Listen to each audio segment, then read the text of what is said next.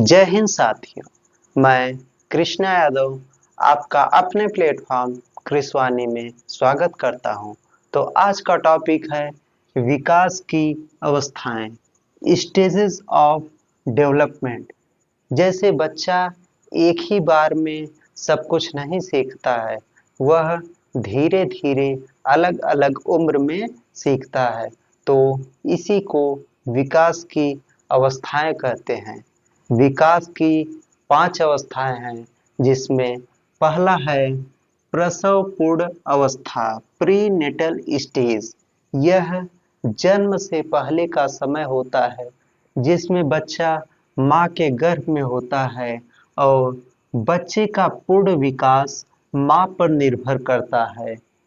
बच्चे का जो विकास होता है वह माँ पर निर्भर करता है और माँ का स्वास्थ्य बच्चे के विकास को प्रभावित करता है। दूसरा है शैशव अवस्था, इन्फेंसी एज। यह जन्म से 2 वर्ष तक होता है।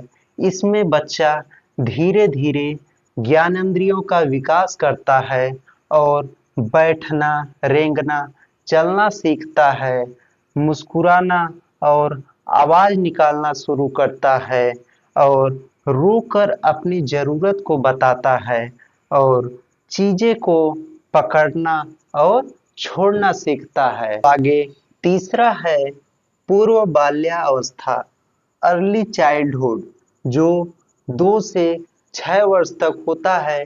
इसमें बच्चा सीखने और समझने की शुरुआत करता है और भाषा विकास तेजी से होता है और इसमें बच्चा नकल करके सीखता है और बच्चा खेल खेल के माध्यम से सीखता है, जिसको टॉय एज भी कहते हैं।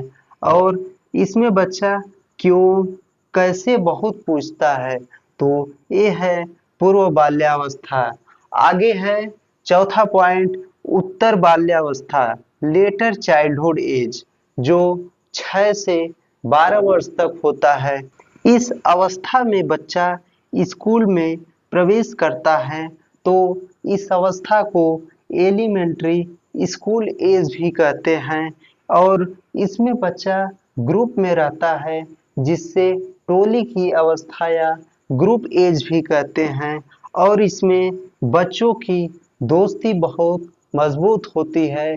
तो ये पांचवा और लास्ट है किशोरा अवस्था, एडोलेसेंस, 12 से 18 वर्ष तक।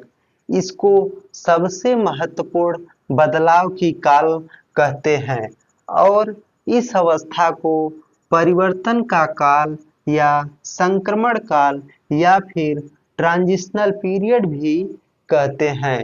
इस अवस्था में हार्मोनल चेंजेस बहुत तेजी से होता है और इसे स्टेनले हॉल के द्वारा तनाव व तूफान की अवस्था कहा गया है।